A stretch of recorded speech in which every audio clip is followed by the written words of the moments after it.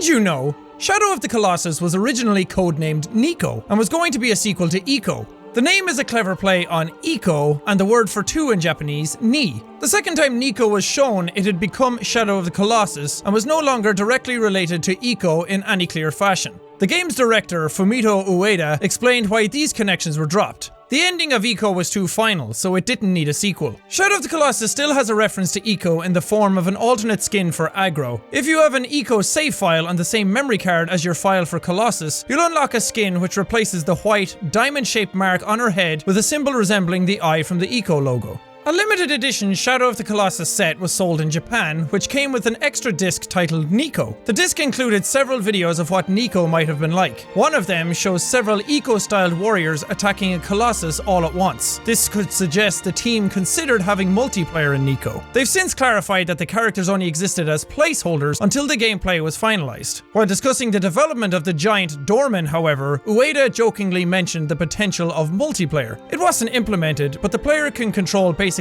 every Colossi. If you connect the two controllers, two people could play. The game has two notable unused items, the Mask of Titans and the Eye of the Colossus. The Mask of Titans appears to be a regular mask, but includes the text, "That is the Mask of the Titans." By wearing it, thou shalt gain the power to inflict deeper wounds upon a Colossus. While it's not explicitly clear why this item wasn't included in the game, there is a similar item that did make it into the game, called the Mask of Strength. The Strength mask looks like a slightly downgraded version of the Mask of the Titans, but has the exact same ability text. This suggests the Mask of Strength simply replaced the Mask of the Titans. The Eye of the Colossus is still somewhat usable in an earlier version of the game. The item changes the player's viewpoint so they can see through the eyes of the Colossus they're fighting, but it only works at a reasonably close distance. The item is well integrated with the 1st, 4th, 5th, 6th, 13th, and 15th Colossi, but the perspective constantly shifts for the others. Except for with the 3rd Colossus, where it doesn't work at all. The item can be used before, during, or even as a fight is ending, allowing you to see through the eyes of a Colossus as they die.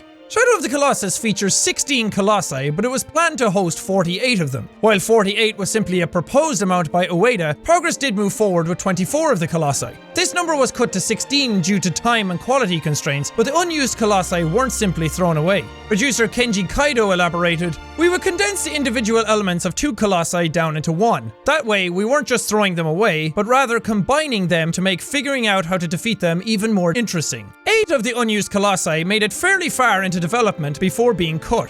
Devil was a smaller Colossi that you'd attack with the bow, then climb onto its back.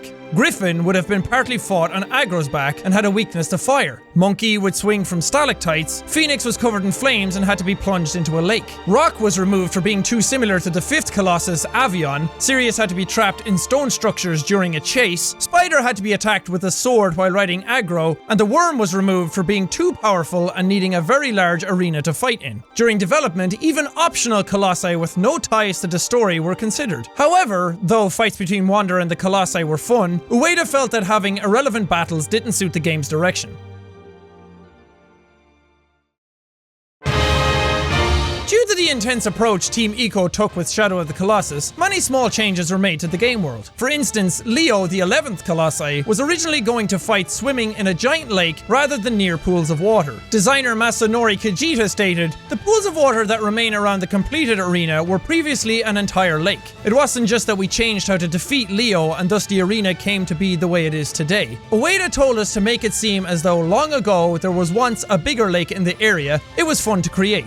The change was also made due to Leo's swimming speed. Making the creature's speed in water match the speed of the player made Leo seem less ferocious. The team definitely put care into how the Colossi and the world was portrayed. Animator Atsuko Fukuyama apparently walked around carrying his bicycle to get a feel of the Colossi's weight for his animations. Giantology is the name of an initially cryptic viral marketing blog used to promote the launch of Shadow of the Colossus. It launched as a blog that delved into the science of mythological creatures being written and managed by fictional character Eric Belson. Eric was supposedly an electronics store owner doing research for a book he was writing called The Age of Giants. For 2 months, starting just before the game's launch, the blog posted several images and videos that appeared to show evidence of the Colossi in Shadow of the Colossus existing in real places all over the world. While it was active, the site got hits from upwards of 25 million people.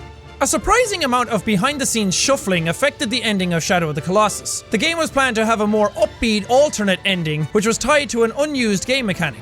Ueda explained, "Originally, we had it so Wander's body would grow each time he defeated a Colossus, and we were thinking of doing something along the lines of Beauty and the Beast. The awakened girl, still unable to see, would grope around for Wander, but his form had changed. Then, as you wondered what was going to happen, the staff role would begin, but in the end, the two would happily mount aggro and ride off. The developers even considered including an alternate ending if the player had an Ico save file, but decided it would be unfair to some players. They didn't want to make it an unlockable either, so they just scrapped the whole thing." The mysterious doorman actually has two voice actors. Interestingly, one is a man and one is a woman. The voices of Kazuhiro Nakata and Kyoko Hikami are played at the same time in synchronization, presumably to make doormen seem genderless.